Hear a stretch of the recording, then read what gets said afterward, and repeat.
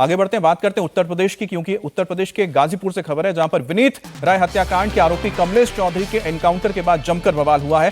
Postmortem के बाद कमलेश का शव जब परिजनों को दिया गया तो उनका गुस्सा फूट पड़ा। बड़ी संख्या में जमा गांव के लोगों ने शव को रखकर चक्काजाम कर दिया। पुलिस ने लोगों को शांत कराने की कोशिश की तो वो पुलिस के साथ भिड़ गए।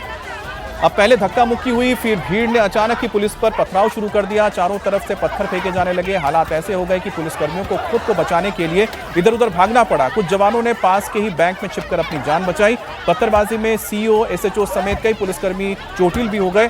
अब अखिलेश यादव ने इस पर ट्वीट करके कहा है कि यूपी सरकार ने जनता का विश्वास खो दिया है। विपक्ष इसे एनकाउंटर को जातीय एंगल ढूंढ रही है। जिसका मर्डर हुआ है वो भूमियार थे, जिसका एनकाउंटर हुआ है वो बिंद केवड़ जाति से था।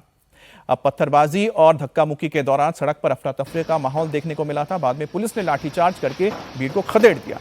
अब उपद्रव के बाद हालात सामान्य हैं, लेकिन एहतियातन पूरे इलाके में भारी पुलिस बल को तैनात किया गया है। पुलिस का कहना है कि जिन लोगों ने भी उपद्रव किया है उनका इलाज अच्छे से किया जाएगा। अजीत जी, ये तो योगी आदित्यनाथ लगातार मंच से बोल चुके हैं। अब जो पुलिस के नए डीजीपी बने हैं उन्होंने साफ कहा था कि जो अपराधी जिस भाषा में बात समझते हैं या बात करते हैं उसी में समझाया जाएगा। देखिए, ये इनकाउंटर हमेशा बहुत ट्रबलसम होता है, उसमें समस्या आती है इनकाउंटर में, और वो नहीं होना चाहिए, अवॉइड करना चाहिए। लेकिन ये एक सैद्धांतिक बात है। व्यवहारिक रूप से तो जब पुलिस जाती है उस समय उसको करना ही पड़ता है, कई चीज़ें ऐसी होती हैं। अब इसमें जो जाति का एंगल देखा जा रहा है ना, ये असली चीज़ है, राजनीति की चीज़। देखिए, दोनों बीजेपी के कोर सपोर्टर हैं। एक बिंद केवट है, मतलब निषाद समाज के, तो संजय निषाद पार्टी के साथ ही हैं, और अति पिछड़ी जाति से आते हैं तो अति पिछड़ी जातियों का एक रुझान हमेशा बीजेपी के साथ रहा है। और भूमिहार तो घोषित तौर पर बीजेपी के साथ हैं ही, बिहार में हो, उत्तर प्रदेश में हो, झारखंड में, जहां भी हैं वहाँ। तो ये दोनों बीजेपी के कोर वोटर हैं, जो जिनकी हत्या हुई है और जिनका इनकाउंटर हुआ है। तो अब अखिलेश यादव चूंकि एक पीडीए बनाना चाह रहे हैं, पिछड़ा दलित और पिछड़ा में, उनका कहना है कि जो गैर यादव पिछड़ा है, तो उनको इसमें एक मौका मिल रहा है। वो अपनी इस बात पर वो राजनीति कर रहे हैं। इसको वस्तुनिष्ठ तरीके से, ऑब्जेक्टिव तरीके से पुलिस को और एडमिनिस्ट्रेशन को हैंडल करना चाहिए। कोई जातीय तनाव इससे न बढ़े, इस बात की कोशिश करनी चाहिए। और देखिए, वो जो एनकाउंटर की शुरुआत हुई थी वो विकास दुबे के एनकाउंटर से शुरुआत हुई थी।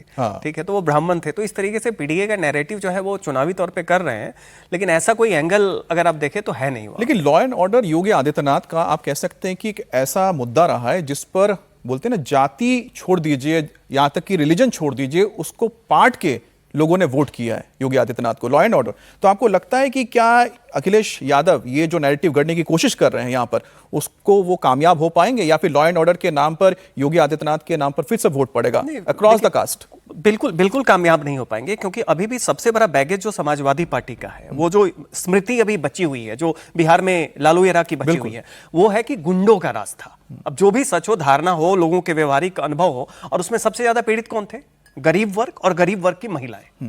तो राशन और शासन, ये जो दो प्लैंक जो है, इन दोनों पे योगी आज भी अखिलेश की तुलना में काफी आगे हैं। तो परसेप्शन में जब आप पीछे हैं तो आप कितने भी पीडीए का नैरेटिव क्या है? व्यवहारिकता में जो रोजमर्रे का उनका अनुभव है, समाजवादी पार्टी 12 से 17 के समय का, वो है क्या है? गुंडागर्दी चलती थी, महिलाओं के साथ छेड़खानी होती थी, कोई वेलफेयर स्कीम उनके पास ढंग से नहीं पहुंचता था। दलितों के जो अंबेडकर गांव थे उसके नाम बदल के आपने क्या कर दिए? लोहिया गांव ही बदल दिए, तो उसमें बेनिफिशियरी हो गया। तो इस तरीके से पीडीए के नैरेटिव का एक मटेरियल या एक्चुअल फाउंडेशन भी होना चाहिए, जो नहीं है।